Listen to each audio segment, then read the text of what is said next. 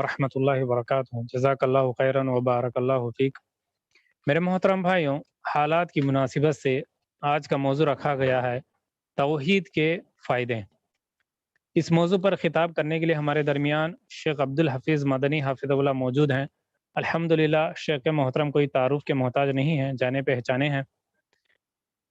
تو آخر میں تمام ساتھیوں سے ایک ادباً گزارش کرتا ہوں کہ وہ اپنے آڈیو اور ویڈیو کو بند رکھے اور درس کو توجہ کے ساتھ سننے کی کوشش کرے۔ تو بلا تاخیر میں شیخ محترم کو دعوت سکن دیتا ہوں کہ وہ آئے اور اپنا موضوع توحید کے فائدے پر خطاب فرمائے۔ فلیتفضل شیخ عبدالحفیظ مدنی حافظ اللہ مشکوراً و ماجوراً۔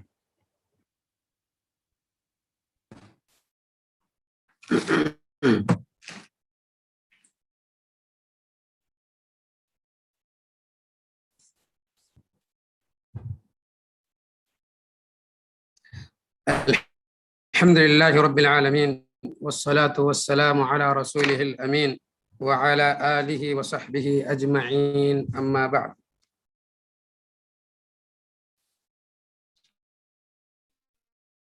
حاضرین مجلس،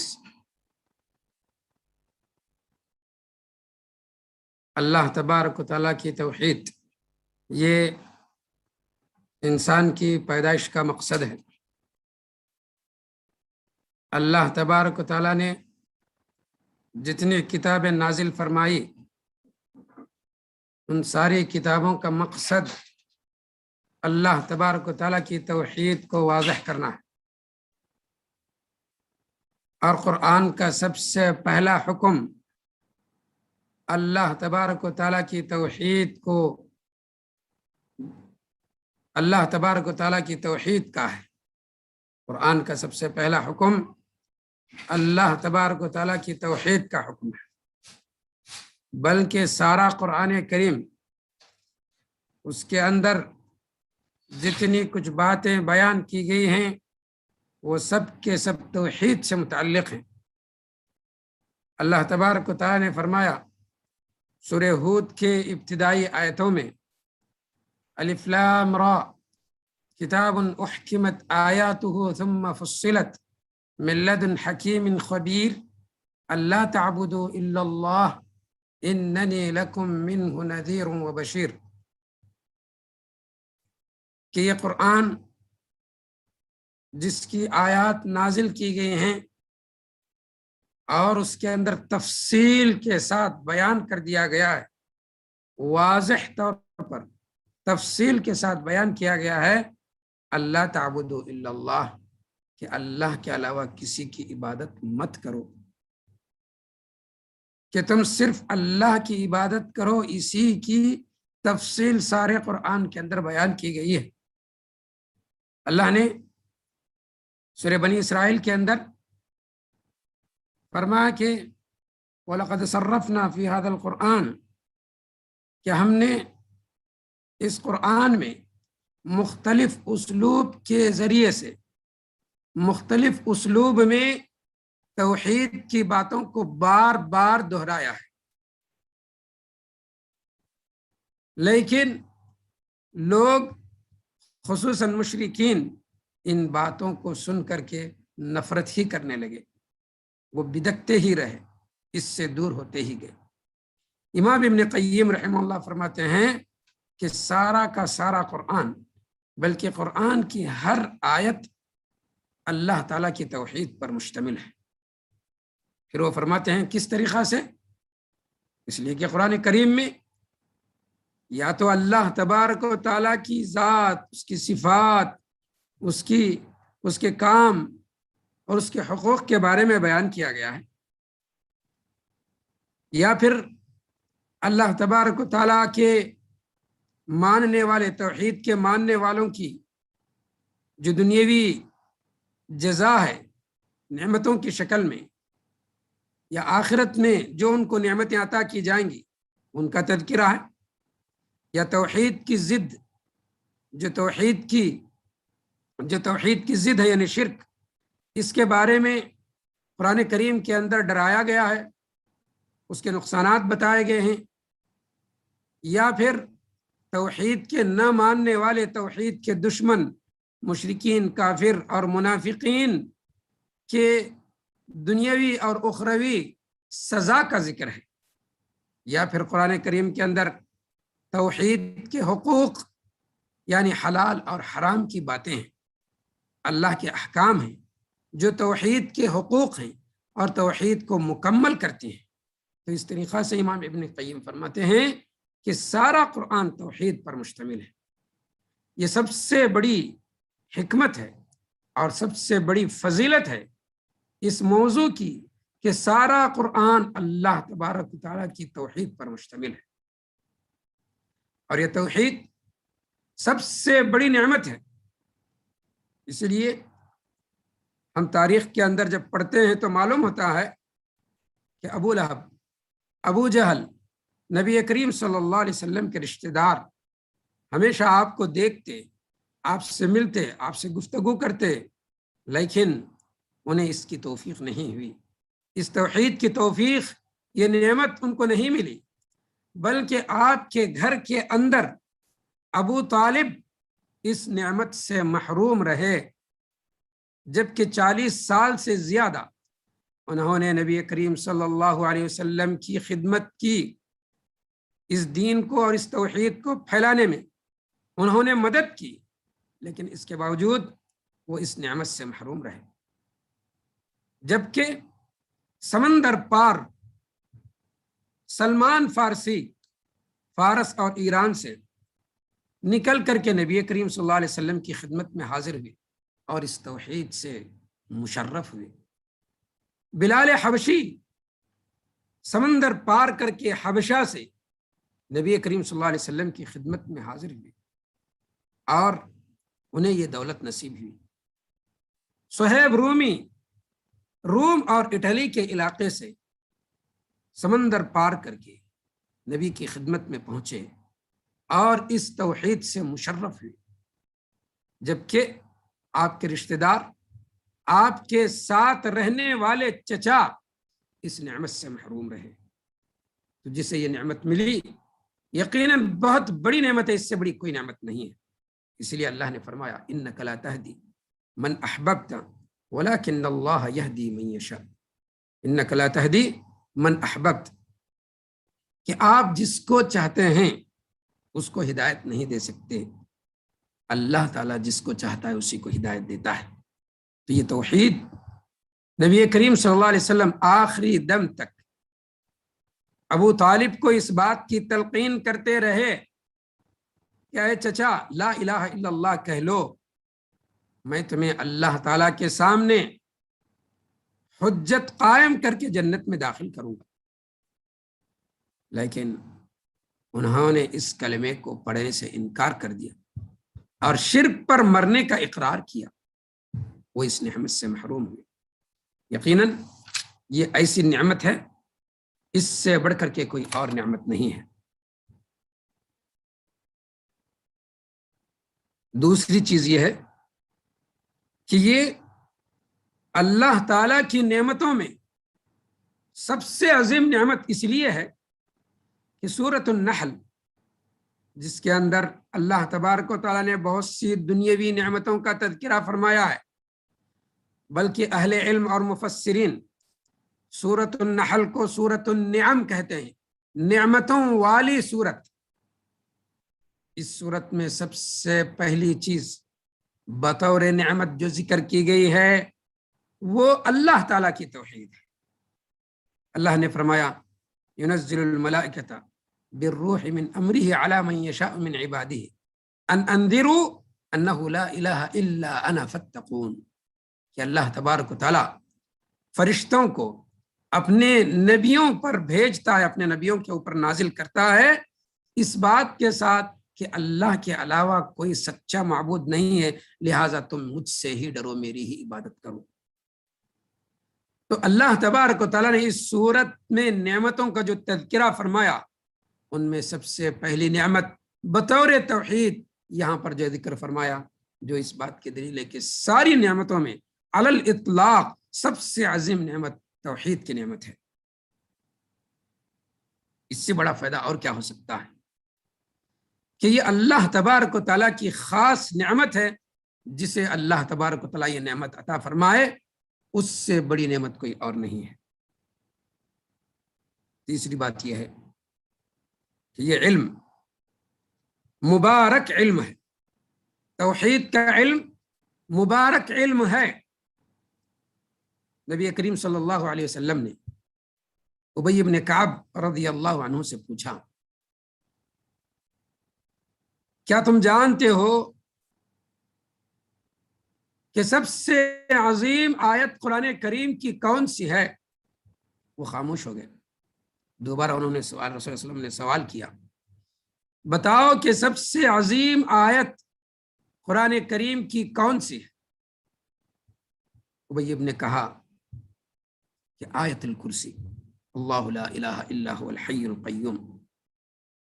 نبی کریم صلی اللہ علیہ وسلم نے ان کے سینے پر ہاتھ مارا، انہیں مبارکبادی دیتے ہوئے فرمایا، لیہنک العلم ابا المنذر، اے ابو المنذر، ان کی کنیت تھی، اے ابو المنذر، علم تمہارے لیے مبارک ہو۔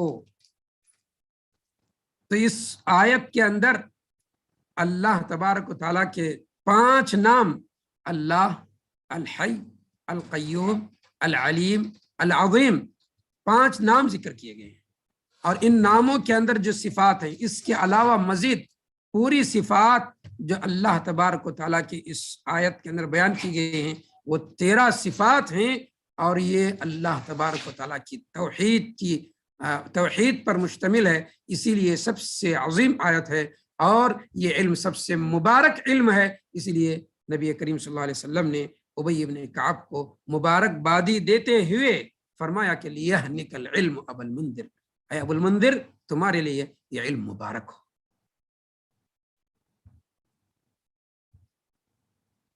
چوتھی بات یہ ہے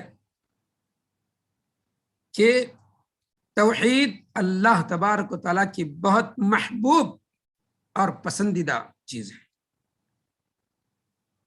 نبی کریم صلی اللہ علیہ وسلم نے ایک حدیث کے اندر فرمایا، جس کو امام مسلم نے روایت کیا ہے، کہ ان اللہ یرضی لکم 3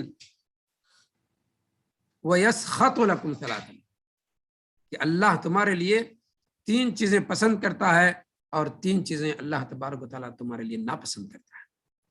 جن 3 چیزوں میں سب سے پہلی چیز جو اللہ پسند کرتا ہے وہ یہی توحید ہے، ان تعبدوہ ولا تشرکوا بہ شیئا، کہ تم اسی کی عبادت کرو اور اس کے علاوہ کسی چیز کو شریک نہ کرو۔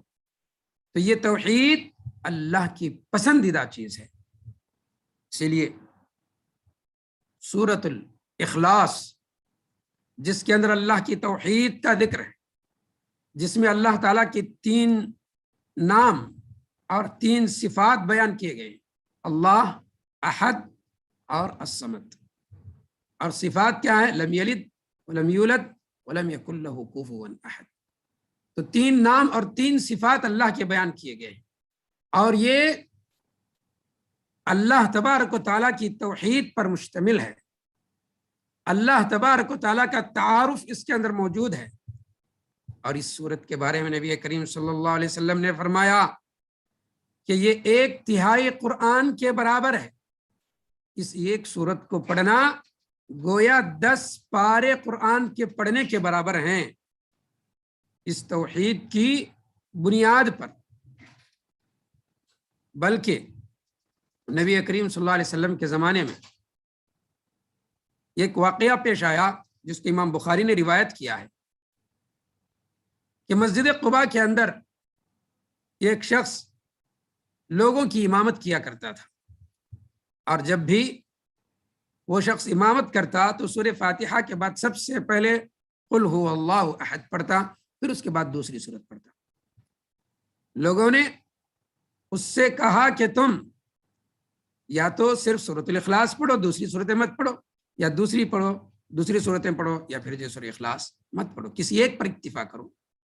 اس نے کہا کہ اگر تم چاہو تو میں اسی طریقے پر امامت کروں گا، اگر تم نہ چاہو تو میں امامت کو ترک کر دوں گا۔ اور اہل قباء ان کو سب سے زیادہ علم والا سمجھتے تھے اور انہی کی امامت کو پسند بھی کرتے تھے۔ نبی کریم صلی اللہ علیہ وسلم سے شکایت کی گئی، آپ نے ان سے پوچھا کیا بات ہے تم اس طریقہ سے کیوں کرتے ہو؟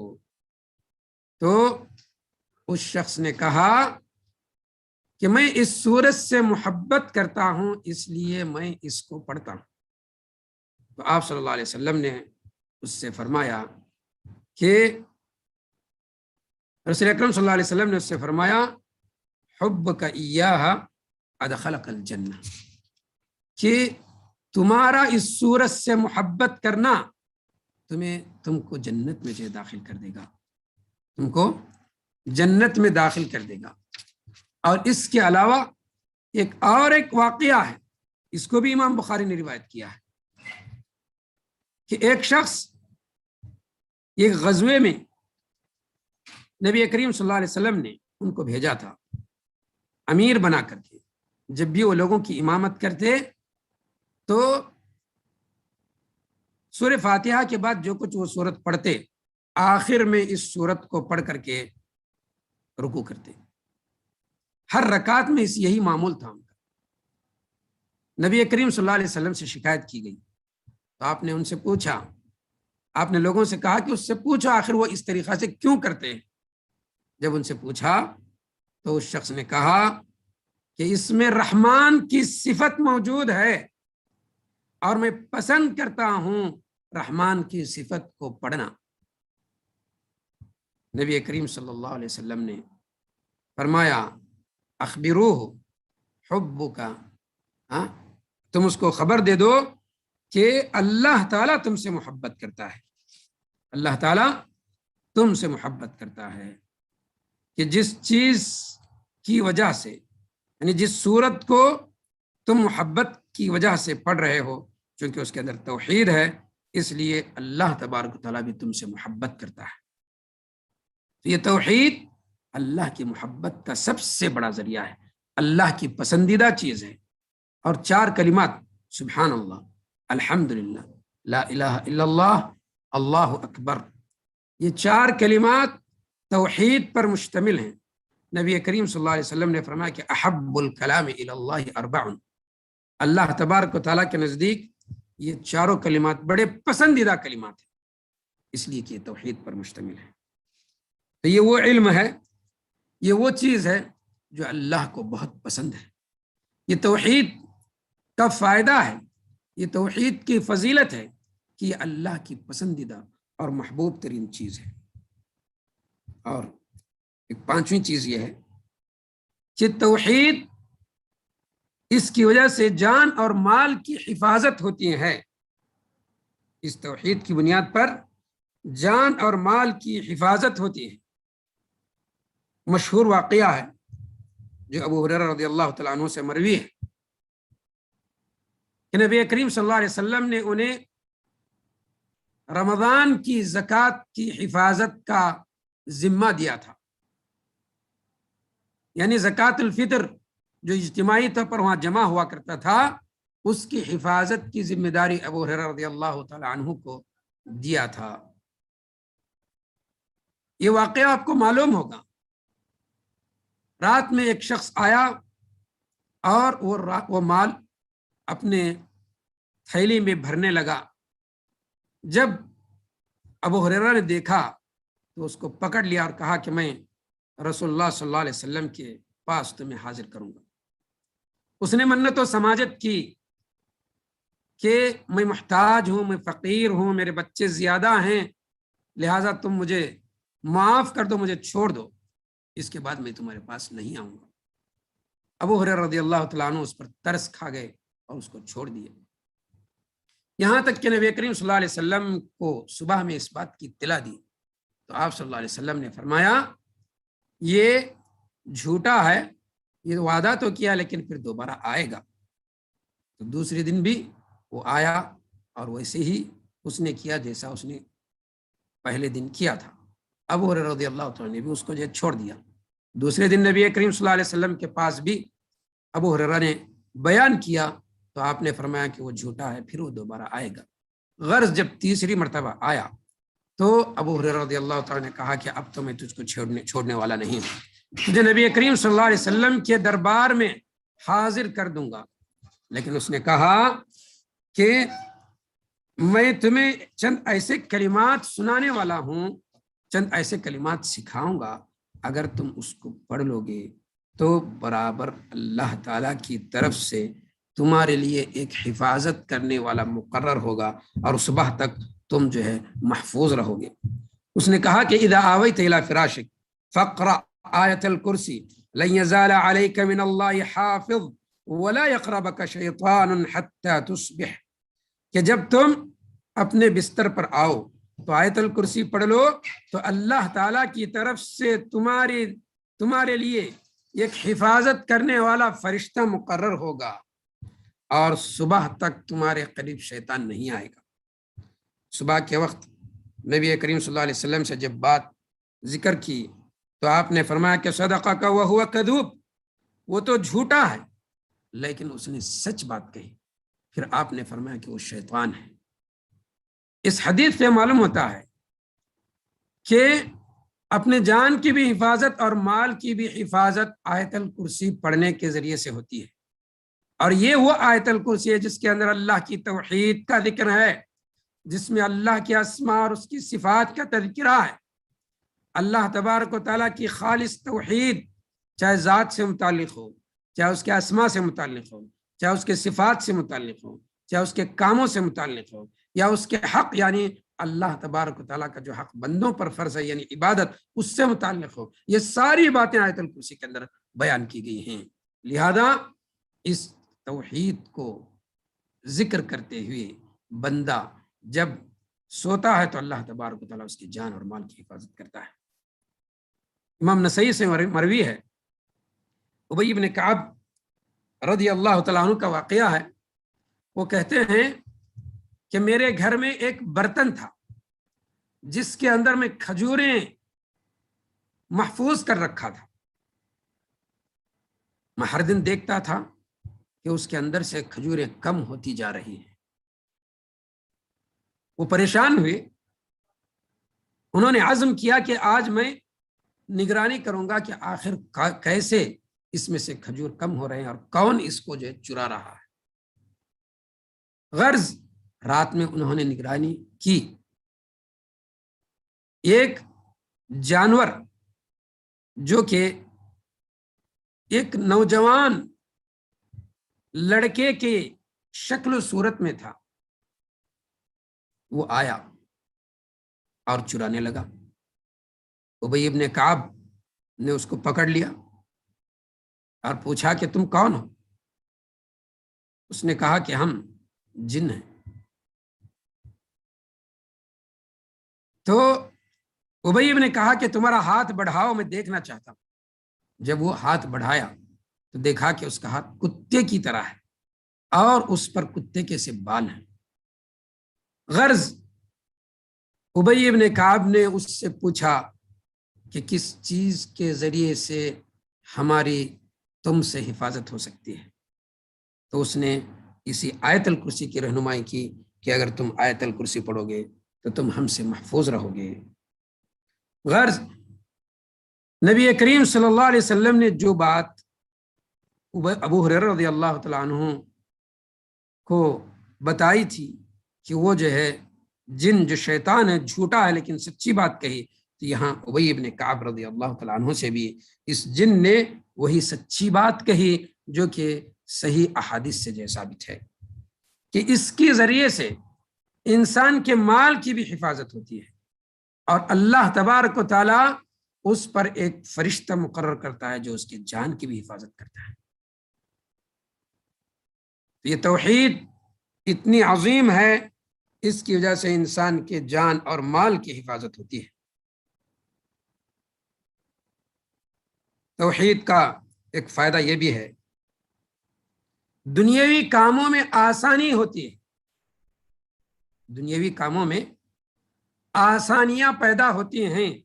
مشقت والا کام، محنت والا کام اس کے لیے آسان ہوتا ہے۔ اس کی دلیل یہ ہے کہ فاطمہ رضی اللہ عنہا چکی پیس پیس کر کے اور گھر کا کام محنت و مشقت کے ساتھ کرتی تھیں، جس کی وجہ سے وہ تھک جاتی تھیں۔ علی رضی اللہ تعالیٰ عنہ نے کہا کہ تمہارے والد کے پاس کسی جنگ سے غلام آئے ہوئے ہیں، لہٰذا ایک غلام لے کر آؤ جو تمہاری خدمت کر سکے۔ وہ نبی کریم صلی اللہ علیہ وسلم کے پاس آئیں، گھر میں عائشہ رضی اللہ تعالیٰ عنہا تھیں، ان سے اپنا ماجرا ذکر فرمایا اور پھر جو اپنے گھر وہ لوٹ گئیں۔ جب نبی کریم صلی اللہ علیہ وسلم عائشہ رضی اللہ تعالیٰ عنہا کے پاس آئے تو عائشہ رضی اللہ تعالیٰ عنہا نے فاطمہ رضی اللہ عنہا کی درخواست آپ کے سامنے رکھ دی۔ نبی کریم صلی اللہ علیہ وسلم فاطمہ کے گھر آئے، دیکھا کہ علی اور فاطمہ رضی اللہ عنہما سونے کی تیاری میں، آپ ان دونوں کے درمیان بیٹھ گئے اور پھر آپ نے ان سے فرمایا کہ جب تم بستر پر سونے لگو تو سونے سے پہلے 33 مرتبہ سبحان اللہ، 33 مرتبہ الحمدللہ اور 34 مرتبہ اللہ اکبر پڑھو۔ تو پھر آپ نے فرمایا خیر لکما من خادم فہو خیر لکما من خادم، یہ چیز تمہارے لیے ایک خادم سے بھی زیادہ بہتر ہے۔ یہ سبحان اللہ، الحمدللہ، اللہ اکبر، یہ توحید کے کلمات ہیں۔ سبحان اللہ میں اللہ تبارک و تعالیٰ سے شرک کی پاکی کو بیان کیا گیا کہ اللہ تعالیٰ ہر قسم کے عیب اور نقص اور شرک سے پاک ہے، اور الحمدللہ کے اندر اللہ کی حمد اور تعریف بیان کی گئی، ہر قسم کی اچھی اچھی صفات سے اللہ تبارک و تعالیٰ متصف ہے۔ اللہ اکبر کے اندر اللہ کی بزرگی اور بڑائی بیان کی گئی ہے۔ تو اس طریقہ سے یہ تینوں کلمات جہاں اللہ کے نزدیک سب سے پسندیدہ کلمات ہیں، وہیں یہ اللہ تبارک و تعالیٰ کی توحید پر مشتمل ہے، اور اس کو پڑھ کر کے سونے سے دن میں بندہ جو بھی کام کرے گا اس کے کاموں میں اس کو تھکان نہیں ہوگی، بلکہ بسا اوقات یہ کام جو کئی خادم کے ذریعے سے ہو سکتا ہے وہ صرف ایک آدمی سے ادا ہو جاتا ہے۔ تو دنیاوی کاموں میں آسانی پیدا کرنے کا ایک اہم ترین ذریعہ اللہ تبارک و تعالیٰ کی توحید کو اپنانا ہے، جس کی ایک یہ مثال ہے۔ اسی طرح سے توحید کا ایک فائدہ یہ ہے کہ اس سے مصیبتیں دور ہوتی ہیں، تکلیفیں اور مشقتیں دور ہوتی ہیں۔ جیسا کہ صحیح حدیث کے اندر ہے کہ ابراہیم علیہ السلام کو جب آگ کے اندر ڈالا گیا تو انہوں نے کہا حسبی اللہ و نعم الوکیل، اللہ تبارک و تعالیٰ ہی میرے لیے کافی ہے، وہی میرا مدد کرنے والا ہے، وہی میری مصیبت کو دور کرنے والا ہے۔ یہ کلمہ جو کہ اللہ تبارک و تعالیٰ کے توکل اور توحید پر مشتمل ہے، جب انہوں نے اس کلمے کو ادا کیا تو اللہ تبارک و تعالیٰ نے آگ کو حکم دیا، قلنا یا نار کونی بردن وسلاما علی ابراہیم، ہم نے آگ سے کہا کہ اے آگ ابراہیم پر ٹھنڈی ہو جا اور اس کے لیے سلامتی کا سامان بن جا، اس کو کچھ نقصان نہ پہنچا۔ تو جس آگ کی خصوصیت یہ ہے کہ وہ جلائے، لیکن اسی آگ کو اس توحید کی بنیاد پر اللہ نے اس کی صلاحیت کو ختم کر دیا اور ابراہیم علیہ السلام کو اس مصیبت سے بچایا۔ اللہ تبارک و تعالیٰ نے فرمایا قلنا یا نار کونی بردا وسلاما علی ابراہیم وارادوا به کیدا فجعلناهم الاخسرین، مشرکین اور ان کے قوم کے دشمنوں نے ان کے ساتھ مکر کا ارادہ کیا، ان کے ساتھ برائی کا ارادہ کیا، مصیبت پہنچانے کا حیلہ کیا، لیکن اللہ تبارک و تعالیٰ نے ان کو ناکام کر دیا۔ اور یہی کلمہ غزوہ احد کے بعد، جس میں مسلمانوں کو شکست ہو گئی تھی اور کافی تکلیفیں اور خوف مسلمانوں کے دلوں میں پیدا ہو گیا تھا، مزید مشرکین کی طرف سے یہ دھمکیاں آنے لگیں کہ مشرکین مدینے پر حملہ کرنے والے ہیں اور سارے مدینے کو ختم کر دیں گے، برباد کر دیں گے۔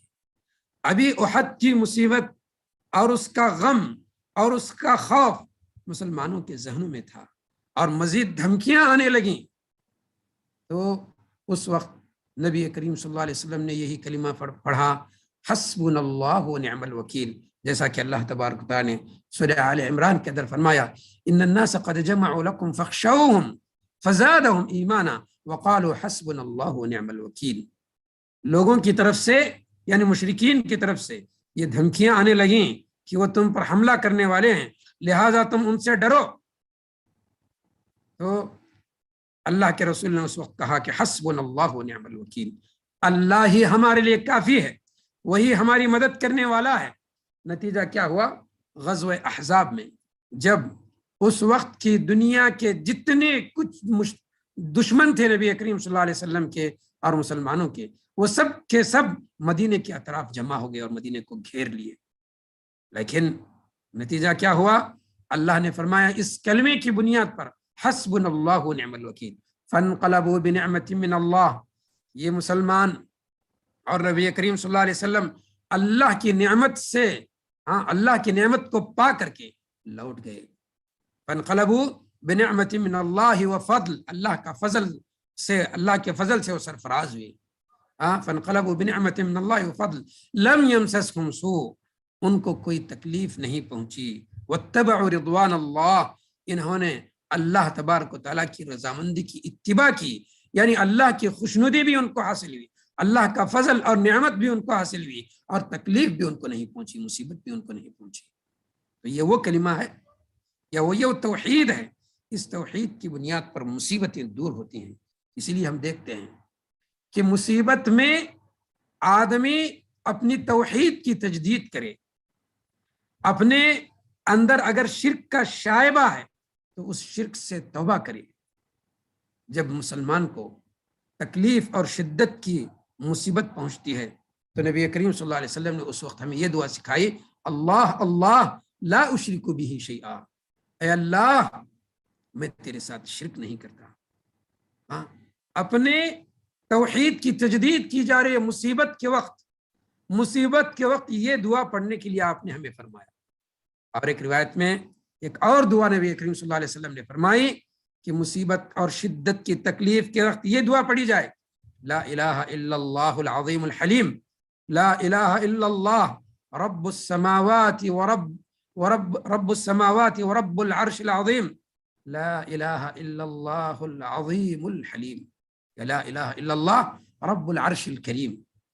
تو اس دعا کے اندر لا الہ الا اللہ کو 3 مرتبہ دہرایا گیا ہے، اور اس میں اللہ کی عظمت، اللہ کی عظیم اور الحلیم اور یہ صفات اس کے اندر دہرائے گئے ہیں، اللہ کے نام اس کے اندر دہرائے گئے ہیں۔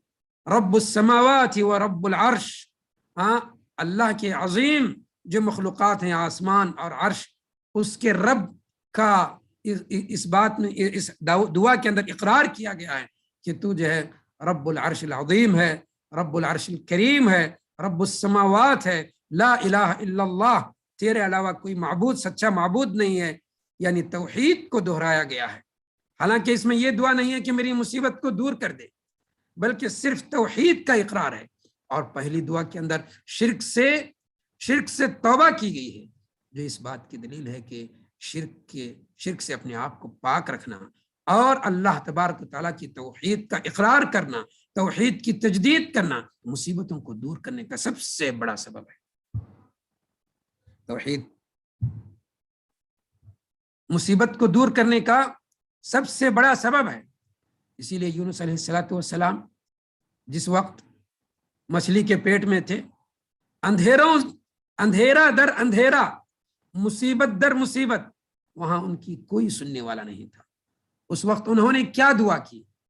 لا الہ الا انت سبحانک انی کنت من الظالمین، اپنے گناہوں کا اقرار کیا، اللہ کی توحید کا اقرار کیا، اللہ تبارک و تعالیٰ کی پاکی اور بزرگی اور اس کی جو ہے بڑائی بیان کی۔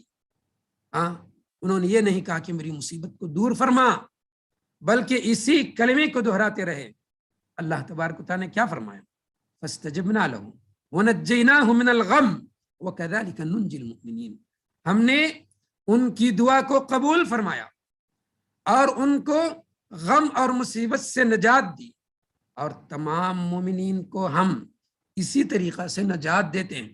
تو یہ قانون بنا دیا اللہ تبارک و تعالیٰ نے، مصیبت میں جو توحید پر قائم رہیں گے، توحید کا ذکر کرتے رہیں گے، اپنی توحید کو تجدید کرتے رہیں گے، تو اللہ تبارک و تعالیٰ ان کو مصیبتوں سے نجات دے گا۔ اور پھر اللہ نے اس بات کی تاکید فرمائی سورہ صافات کے اندر، فلولا انه كان من المسبحين للبث في بطنه الى يوم يبعثون۔ اگر یونس علیہ الصلوۃ والسلام یہ لا الہ الا انت سبحانک انی کنت من الظالمین یہ ذکر اور یہ تسبیح نہیں پڑھتے تو پھر قیامت تک وہ اسی مصیبت میں گھرے ہوئے ہوتے۔ تو یہ اتنی عظیم نعمت ہے، یہ اتنا عظیم علاج ہے مصیبت کا کہ اس سے بڑھ کر کے کوئی اور علاج نہیں ہے۔ لہذا یا کرام مصیبت میں اپنی توحید کا اعلان کرتے تھے، حسبنا اللہ نعم الوکیل، حسبی اللہ نعم الوکیل، لا الہ الا انت سبحانک انی کنت من الظالمین۔ اور پھر آپ نے ہمیں دعا سکھائی، اللہ اللہ لا اشرک به شیئا، لا الہ الا اللہ العظیم الحلیم، لا الہ الا اللہ رب السماوات ورب العرش العظیم، لا الہ الا اللہ رب العرش الکریم۔ تو یہ سب جو توحید کا اعلان اور توحید کی تجدید مصیبت کے وقت کرنے سے مصیبت جو ہوا ہو جاتی ہے، مصیبت ختم ہو جاتی ہے۔ توحید کا ایک فائدہ یہ بھی ہے کہ اس کی وجہ سے دعائیں قبول ہوتی ہیں، اس کی وجہ سے دعائیں قبول ہوتی ہیں۔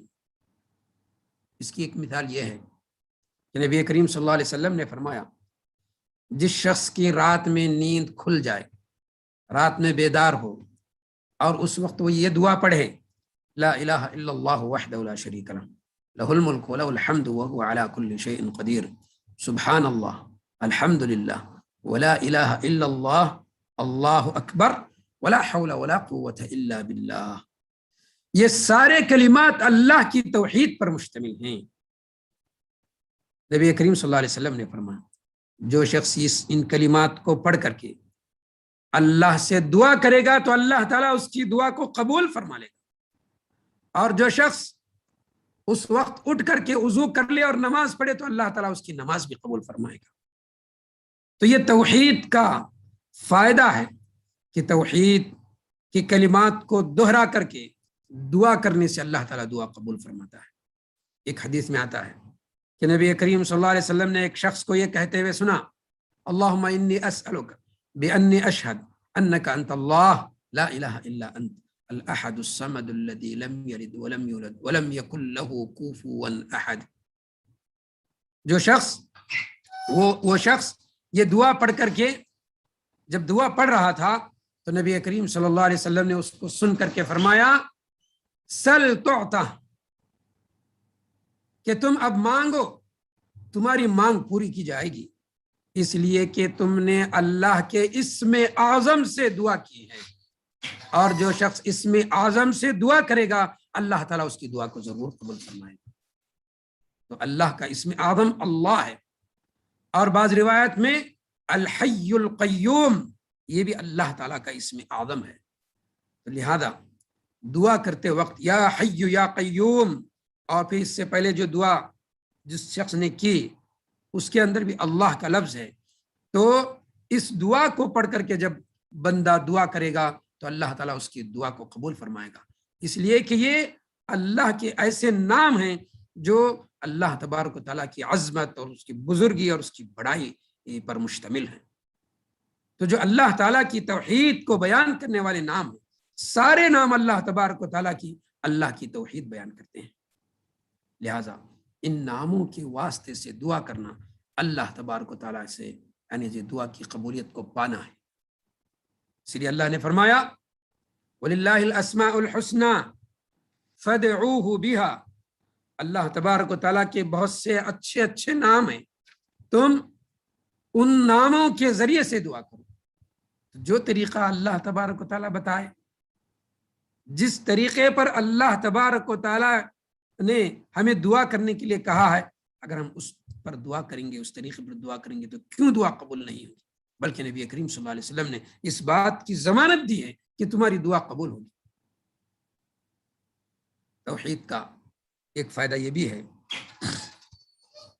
کہ توحید کا جب اعلان ہوتا ہے اذان کے ذریعے سے، اس کی وجہ سے آسمانوں کے دروازے کھول دیے جاتے ہیں۔ یہ اتنی عظیم توحید ہے، یہ اتنا عظیم کلمہ ہے، اس کی وجہ سے آسمان کے دروازے کھول دیے جاتے ہیں۔ اس توحید کی عظمت میں، اس توحید کی برکت میں نبی کریم صلی اللہ علیہ وسلم نے فرمایا اذا نودی بالصلاۃ فتحت ابواب السماء واستجیب الدعاء، جب نماز کے لیے اذان دی جاتی ہے تو آسمان کے دروازے کھول دیے جاتے ہیں اور دعا قبول ہوتی ہے۔ تو اذان کے وقت دعا بھی قبول ہوتی ہے اور آسمان کے دروازے اشہد ان لا الہ الا اللہ، اشہد ان محمد الرسول اللہ، اشہد ان محمد الرسول اللہ، یہ جو توحید کے جو کلمات ہیں، شہادتین ہیں، ان کے اعلان سے آسمان کے دروازے کھول دیے جاتے ہیں اور اس وقت اللہ تبارک و تعالیٰ دعا قبول کرتا ہے۔ اسی طرح سے جب بندہ وضو کرتا ہے، وضو کے بعد جو دعا پڑھتا ہے اشہد ان لا الہ الا اللہ وحدہ لا شریک لہ واشہد ان محمدا عبدہ ورسولہ، نبی کریم صلی اللہ علیہ وسلم نے فرمایا جنت کے 8 دروازے کھول دیے جاتے ہیں، پھر وہ جس دروازے سے چاہے جنت میں داخل۔ یہ کلمات آسمانوں کو حرکت میں لانے والے کلمات، یہ کلمات جنت کے دروازوں کو کھولنے والے کلمات اتنے پاورفل اور اتنے طاقتور کلمات ہیں۔ تو ایسے موقع پر بندہ جو دعا کرے گا، جس مصیبت میں مبتلا ہوگا، یقیناً اس کی مصیبتیں ہوا ہو جائیں گی اور اس کی دعائیں قبول ہوں گی۔ یہ وہ کلمات ہیں، یہ توحید جس کی بنیاد پر اللہ تبارک و تعالی دنیا کے اندر بندوں کو امن اور سکون نصیب فرماتا ہے۔ آج ہمارے امن کے برباد ہونے اور ہمارے مصیبتوں میں مبتلا ہونے کا سب سے بڑا سبب یہی ہے، یا تو ہم میں سے بہت سے مسلمان توحید سے دور ہیں اور شرک میں مبتلا ہیں، یا کہ بہت سے مسلمان شرک تک پہنچنے والے کاموں میں مبتلا ہیں، جس کا نتیجہ یہ ہے کہ امن اور سکون اور استقرار ختم ہوتا جا رہا ہے۔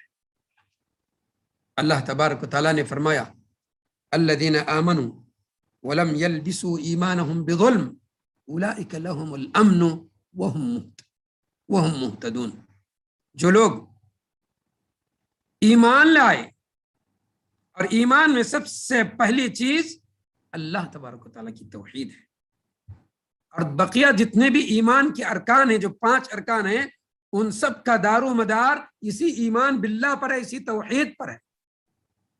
تو جو لوگ ایمان لائے اور اپنے ایمان کو شرک سے ملوث نہیں کیا، اس ایمان کو، توحید کو شرک سے برباد نہیں کیا، تو پھر اللہ نے فرمایا کہ اولئک لہم الامن، ان کے لیے ہی امن اور شانتی ہے، اور یہی لوگ صحیح راستے پر ہیں، یہی لوگ ہدایت پر ہیں، گرچہ یہ تعداد میں کم ہوں، گرچہ یہ مختصر ہوں، شرک کرنے والے بہت زیادہ ہوں، کفر اور نفاق میں مبتلا لوگ بہت زیادہ ہوں، لیکن ان کی کثرت کی وجہ سے یہ نہیں تصور ہونی چاہیے کہ وہ لوگ حق پر ہیں، وہ لوگ ہدایت پر ہیں۔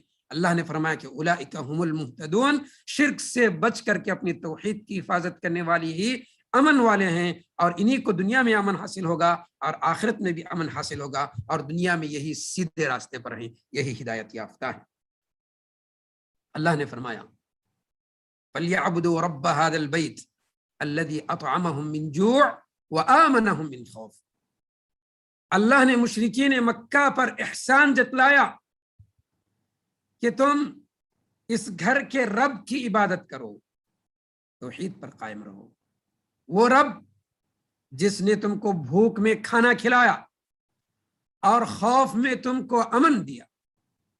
اس کا مفہوم یہ ہے کہ اللہ تبارک و تعالیٰ کی توحید اور اس کی خالص عبادت پر قائم رہنے والے ان کو اللہ تبارک و تعالیٰ روزی کے راستے کھولتا ہے، اور اللہ تبارک و تعالیٰ انہیں خوف سے، مختلف قسم کے خوف سے، چاہے دشمن کا خوف ہو یا روزی روٹی کا خوف ہو، بیماریوں کا خوف ہو، کسی بھی قسم کا خوف ہو، ان سارے خوف سے اللہ تبارک و تعالیٰ ان کو محفوظ رکھتا ہے اور ان کو جو امن میں رکھتا ہے۔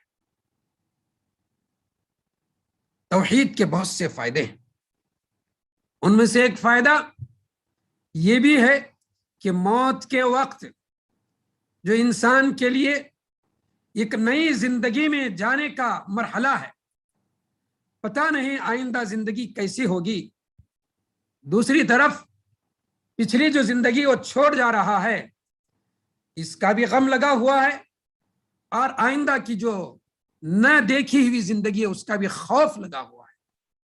ایسے موقع پر انسان کو تسلی کی ضرورت ہے۔ تو ایسے لوگوں کو، کن لوگوں کو تسلی ملے گی؟ انہی لوگوں کو جو ایمان پر اور توحید پر قائم ہیں۔ اللہ نے سورہ فصلت کے اندر فرمایا، جس کو حامیم سجدہ بھی کہتے ہیں، ان الذین قالوا ربنا اللہ ثم استقاموا تتنزل علیہم الملائکۃ الا تخافوا ولا تحزنوا وابشروا بالجنة التي كنتم توعدون نحن اولیاؤکم فی الحیاة الدنیا وفی الآخرة ولکم فیہا ما تشتہی انفسکم وَلَكُمْ فِيهَا مَا تَدَّعُونَ نُزُلًا مِّن غَفُورٍ رَحِيمٍ۔ اللہ اکبر، کتنی عظیم آیات ہیں، کتنی عظیم آیت ہے کہ وہ لوگ جنہوں نے کہا کہ ہمارا رب اللہ ہے، یعنی توحید کا اقرار کیا اور اس توحید پر عملی طور پر ثابت قدم رہے، ثم استقاموا، مرتے دم تک قائم رہے، تو مرتے وقت فرشتے ان پر نازل ہوں گے اور ان کو تسلی دیتے رہیں گے، ولا تخافوا ولا تحزنوا، تم آئندہ کی زندگی کے بارے میں خوف مت کرو، اور جو تم پچھلے جو زندگی چھوڑے جا رہے ہو، اپنے بیوی اور بچوں کو، اپنے جو ہے لوگوں کو چھوڑے جا رہے ہو، ان کے بارے میں بھی غم مت کرو۔ اللہ تبارک و تعالیٰ تمہاری اس توحید کی بنیاد پر ان کو بھی محفوظ رکھے گا، اور آئندہ کی زندگی میں بھی تم کو بھی محفوظ رکھے گا۔ اور پھر فرمایا اتنا ہی نہیں کہ اللہ تبارک و تعالیٰ تمہارے لیے جنت کی خوشخبری دے رہا ہے، وہاں تمہارے لیے وہ سب کچھ ہے جو تم چاہتے ہو۔ یہ توحید کی بنیاد پر موت کے وقت ہی ایک بندے کو، ایک توحید والے کو خوشخبریاں دی جا رہی ہیں، فرشتوں کے ساتھ اس کا مکالمہ ہو رہا ہے، اس سے گفتگو ہو رہی ہے، ابھی وہ جو ہے اس کی روح پوری طور پر قبض نہیں کی گئی، اور فرشتے اس کو جو ہے اس بات کی خوشخبری اسی دنیا کے اندر جو دے رہے ہیں۔ اور جب قبر کی زندگی میں پہنچتا ہے تو وہاں پر بھی اللہ تبارک و تعالیٰ نے فرمایا ہے کہ اسی توحید کی بنیاد پر فرشتے جو کہ ڈراؤنی شکل میں منکر اور نکیر سوال کرنے کے لیے آئیں گے، ان کی جو صفات احادیث کے اندر بیان کی گئی ہیں، وہ ایسے فرشتے ہیں کہ ان کی آنکھوں میں بجلی کسی چمک ہوگی، ان کی آواز میں بجلی کسی گرج ہوگی، اور ان کے دانت زمین کو اکھیڑتے ہوئے ہوں گے، اور ان کے ہونٹ بھی زمین کو رونتے ہوں گے، اور ان کے بال اتنے لمبے ہوں گے کہ وہ بھی جو زمین کو رونتے ہوں گے۔ بڑی ڈراؤنی آواز میں اور بڑی ڈراؤنی شکل میں اس میت کو بٹھا کر کے سوال کریں گے کہ بتا تیرا رب کون ہے، تیرے نبی کون ہے، اور تیرا دین کیا ہے۔ اس وقت اگر کسی کو ثابت قدمی اگر مل سکتی ہے تو اللہ نے فرمایا کہ یثبت اللہ الذین آمنوا بالقول الثابت فی الحیات الدنیا وفی الآخرہ ویضل اللہ الظالمین ویفعل اللہ ما یشاء، کہ اللہ تبارک و تعالیٰ اس قول ثابت کے ذریعے سے، یہ قول ثابت کیا ہے؟ کلمہ توحید، اس توحید کی بنیاد پر اللہ تعالیٰ بندوں کو، مومنوں کو اس دنیا میں بھی ثابت قدم رکھتا ہے اور قبر کی زندگی میں بھی ثابت قدم رکھتا ہے، اور جو مشرکین ہیں اللہ تعالیٰ ان کو بہکا دیتا ہے۔ وَيُضِلُّ اللَّهُ الظَّالِمِينَ وَيَفْعَلُ اللَّهُ مَا يَشَاءُ۔ حالانکہ مشرکین اس دنیا میں جانتے تھے کہ توحید کیا چیز ہے، من ربک، تمہارا رب کون ہے جانتے ہیں، محمد کون ہے جانتے ہیں، دین کیا ہے جانتے ہیں، اسلام کے بارے میں، اللہ کے بارے میں، محمد کے بارے میں جانتے ہیں، اس کے باوجود بھی وہ وہاں جواب نہیں دے سکیں گے. اللہ تعالیٰ ان کو جواب سے جو پھیر دے گا. وَيُضِلُّ اللَّهُ الظَّالِمِينَ وَيَفْعَلُ اللَّهُ مَا يَشَاءُ. اللہ تبارک و تعالیٰ ظالموں کو بہکا دے گا اور وہ اس کا جواب نہیں دے پائیں گے. اسی لیے وہ جواب دیتے ہوئے کہیں گے ہاں ہاں لا ادری کنت اقول کما قال الناس. ہائے افسوس میں جانتا نہیں، لوگ جیسا کہتے تھے ویسا میں بھی کہہ دیا. تو یہ توحید قبر کی منزل میں بھی، قبر کے مرحلے میں جو برزخ کی زندگی ہے وہاں بھی اللہ تبارک و تعالیٰ اس توحید کی بنیاد پر نیک لوگوں کو، توحید والوں کو قبر میں ثابت قدم رکھے گا اور قبر کی نعمتوں سے ان کو سرفراز کرے گا. اور قیامت کی ہولناکیوں میں بھی اللہ تبارک و تعالیٰ مومنوں کو، توحید والوں کو محفوظ رکھے گا. قیامت کی خطرناک ہولناکیاں ہیں جس کا ذکر قرآن کریم کے اندر بڑی تفصیل کے ساتھ آیا ہے.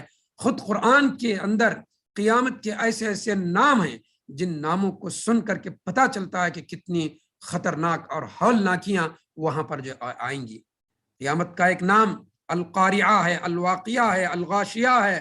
ہاں اللہ نے فرمایا کہ وہاں خطرناک زلزلہ ہوگا، ایسا خطرناک زلزلہ کہ حاملہ عورت اپنا حمل گرا دے گی خوف اور رعب سے.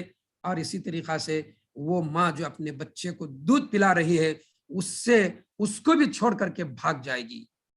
اتنی خطرناک ہولناکی کا عالم ہوگا. اللہ نے فرمایا من جاء بالحسنۃ فلہ خیر منها وهم من فزع یومئذ آمنون. جو شخص کل قیامت کے دن توحید کے ساتھ آئے گا، یہاں حسنہ سے مراد مفسرین نے ذکر کیا ہے کہ اس سے مراد توحید ہے. من جاء بالحسنۃ فلہ خیر منها. جو شخص توحید لے کر کے کل قیامت کے دن آئے گا اس کے لیے اس سے بہتر چیز اس کو ملے گی، یعنی دنیا سے بہتر چیز اس کو ملے گی. وَهُم مِّن فَزْعٍ يَوْمَئِذٍ آمِنُونَ. اور قیامت کی جو ہولناکی ہے اس سے یہ لوگ امن میں رہیں گے، محفوظ رہیں گے. اور آخری فائدہ یہی ہے کہ نبی کریم صلی اللہ علیہ وسلم نے فرمایا ایسا شخص جہنم سے محفوظ رہے گا اور بغیر عذاب کے جنت میں داخل ہوگا. نبی کریم صلی اللہ علیہ وسلم نے بہت سی احادیث میں اس بات کی وضاحت فرمائی. من قال لا الہ الا اللہ دخل الجنہ. جو شخص لا الہ الا اللہ کہے اور مرتے دم تک اس پر قائم رہے، اخلاص کے ساتھ اس کو ادا کرے، تو اللہ تبارک و تعالیٰ کل قیامت کے دن اسے نبی کی شفاعت بھی عطا کرے گا اور پھر وہ جہنم سے بھی محفوظ رہے گا. اللہ اس پر جہنم کو حرام قرار دے گا اور جنت اس کا جو ہے ٹھکانہ ہوگا. بلکہ اتنا ہی نہیں، جنت کے اندر جو سب سے بڑی نعمت اللہ تبارک و تعالیٰ کا دیدار ہے، اللہ تبارک و تعالیٰ کے دیدار سے اس کو مشرف کیا جائے گا. اور جب بندے اللہ کے دیدار سے مشرف ہوں گے تو نبی کریم صلی اللہ علیہ وسلم نے فرمایا فما اعطوا شيئا احب اليهم من النظر الى وجهه الكريم او كما قال صلی اللہ علیہ وسلم کہ جنتیوں کو جنت کی نعمتوں میں جب اللہ کا دیدار کرایا جائے گا تو اللہ کے دیدار سے بہتر اور پسندیدہ کوئی نعمت ان کو نظر نہیں آئے گی. تو جنت میں اللہ کا دیدار ساری نعمتوں میں سب سے محبوب ترین نعمت ہے اور سب سے افضل ترین نعمت ہے. اللہ تبارک و تعالیٰ توحید کے جو بے شمار فوائد کتاب و سنت میں ذکر کیے گئے ہیں ان فوائد سے ہمیں مالا مال فرمائے اور تا دم حیات اللہ تبارک و تعالیٰ اپنے فضل اور کرم سے توحید جیسی عظیم نعمت اور اللہ کی محبوب ترین چیز پر قائم رہنے کی توفیق اور سعادت نصیب فرمائے. وآخر دعوانا ان الحمد للہ رب العالمین. جزاکم اللہ خیرا. جزاک اللہ خیر، بارک اللہ فیک، نفع اللہ بکم الاسلام والمسلمین. یہ تھے فضیلت الشیخ عبد الحفیظ مدنی حفظہ اللہ جو ہمارے درمیان توحید کے فائدے اس موضوع پر قرآن اور حدیث کی روشنی میں مدلل انداز پر خطاب کر رہے تھے. اللہ تعالیٰ شیخ کے علم میں، عمل صالح میں، عمر میں، اہل و عیال میں برکتیں عطا کرے. آمین یا رب العالمین. کیا شیخ کوئی سوالات کی گنجائش ہے شیخ؟ دیکھیے کوئی بات نہیں، اگر کوئی مناسب سوال تو لیتے ہیں، کوئی بات نہیں. جزاکم اللہ خیر. اگر کسی کے پاس سوال ہو تو وہ ہینڈ ریز کر سکتے ہیں، انشاءاللہ شیخ جواب دیں گے.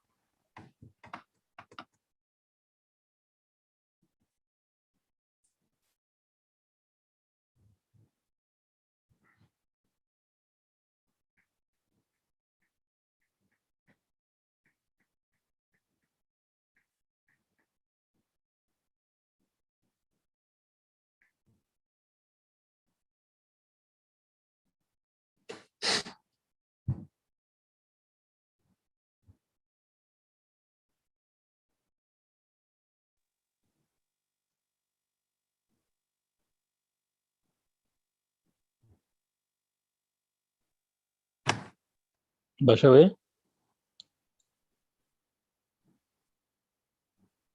جی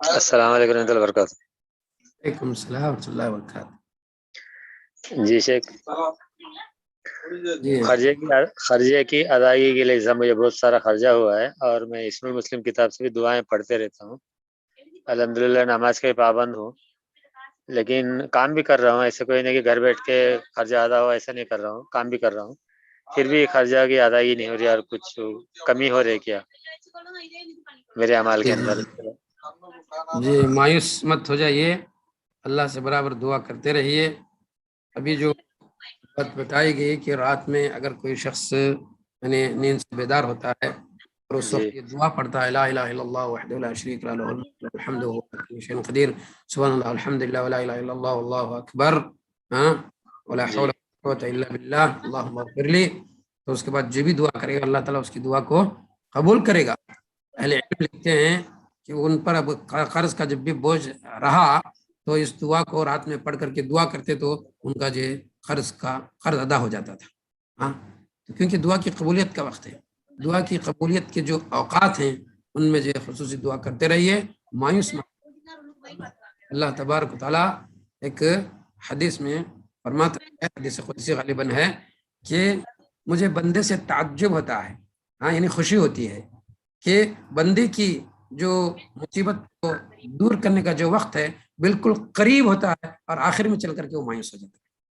ہاں تو یقین ہماری جو اللہ تبارک و تعالیٰ سے جو لگاؤ ہے، ہاں اس چیز کو اللہ تبارک و تعالیٰ مزید دیکھنا چاہتا ہے، لہٰذا ہم اللہ تبارک و تعالیٰ سے دعا کرتے رہیں، مایوس نہ ہوں، اور قبول جو بھی اوقات ہیں ان اوقات میں جو کثرت سے جو دعا کریں، اللہ تعالیٰ ضرور دعا کو قبول فرمائے گا اور آپ کے قرضے کو ادا کرے گا۔ ہم بھی یہی دعا کرتے ہیں کہ اللہ تعالیٰ آپ کے قرضے کو جلد سے جلد جو ہے اتار دے اور جو اس سے آپ نجات دے انشاءاللہ تعالیٰ۔ جی نور بھائی آپ انمیوٹ کر کے سوال کر سکتے ہیں، مائک اوپن کرنا۔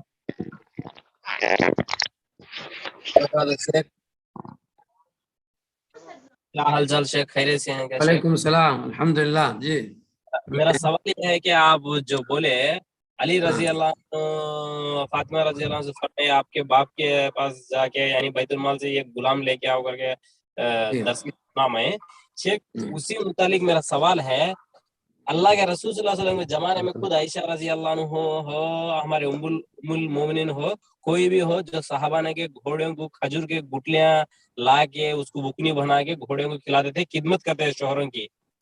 اب عرب کا جو یہ معاملہ ہے یہ کیسا شیخ، اپنا شوہر کو کام والی کو بول کے اس کو کھانا دے، اس کو کھانا پیک کر کے بول گئے، ان لوگ باہر جو پکچر کو ایسا ابھی نیوز کو لے کے جاتے ہیں، اس کا معاملہ کیسا ہے شیخ؟ اس کے اوپر میرے تھوڑا وصیت کرو شیخ، طریقہ کیا ہے؟ یہی دیکھ کے جو ہمارے ہندوستان کی جو عورتیں جو ادھر غلامگیری کرنے یعنی مطلب جو خادم ہے وہ لوگ بھی گھر میں جا کے ایسا یہ جو اپنے شوہروں کو اوپر تنگ کر رہی ہیں، یہ معاملہ کیسا کرنا چاہیے شیخ؟ اسے سول کیسا نکلنا چاہیے شیخ، تھوڑا فرمائیے۔ دیکھو پہلی بات کیا ہے، خادم اور خادمہ رکھنا کوئی عیب نہیں ہے، بلکہ یہ جائز ہے۔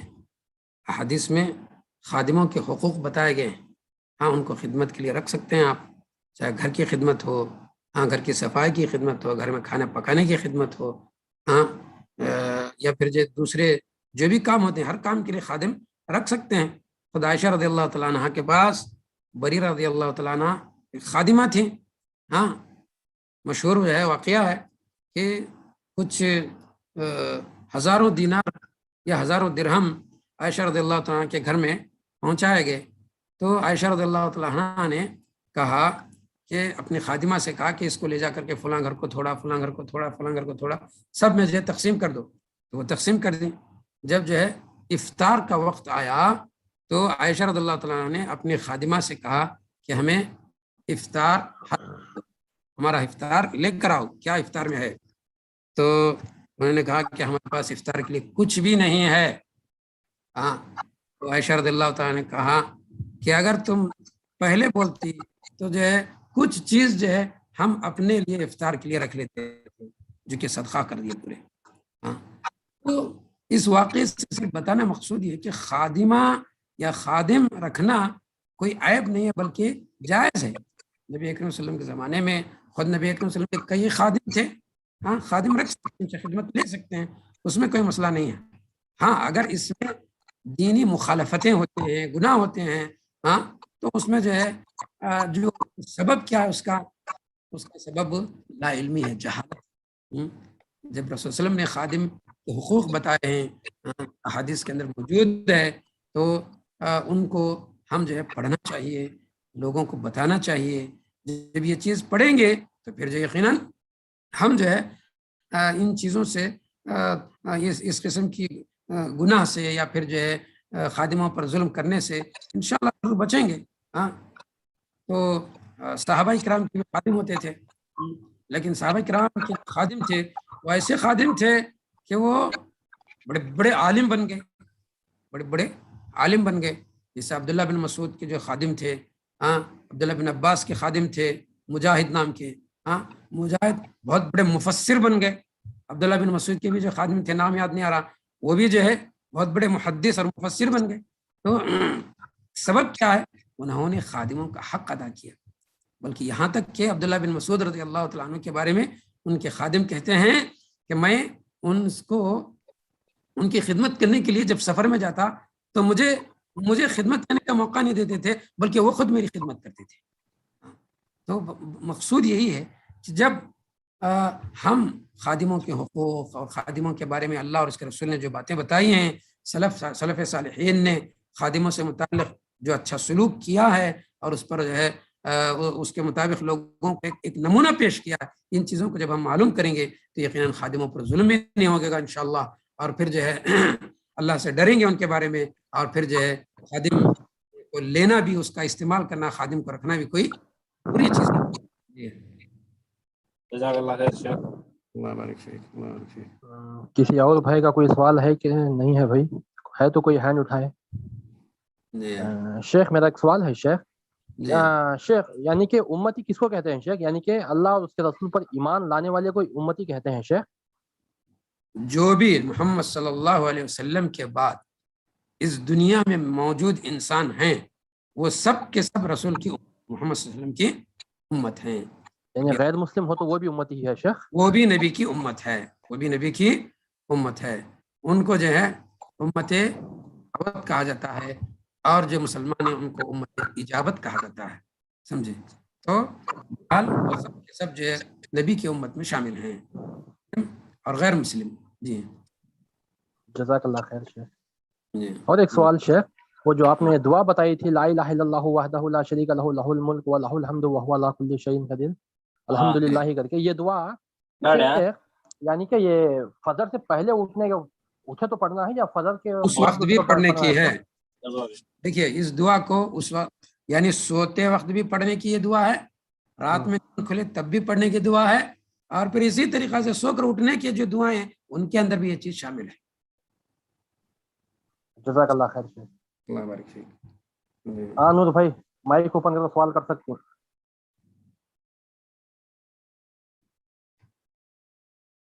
نور بھائی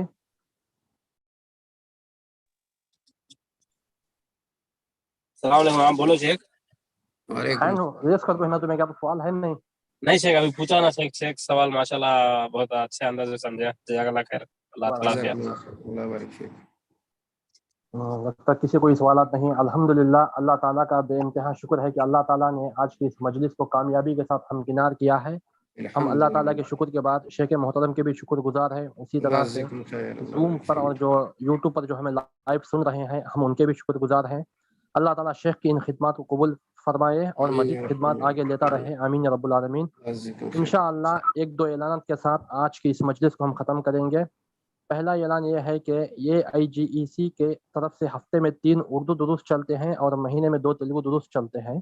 آپ تمام لوگ ان دروس میں شرکت کریں، اوروں کو بھی لائیں.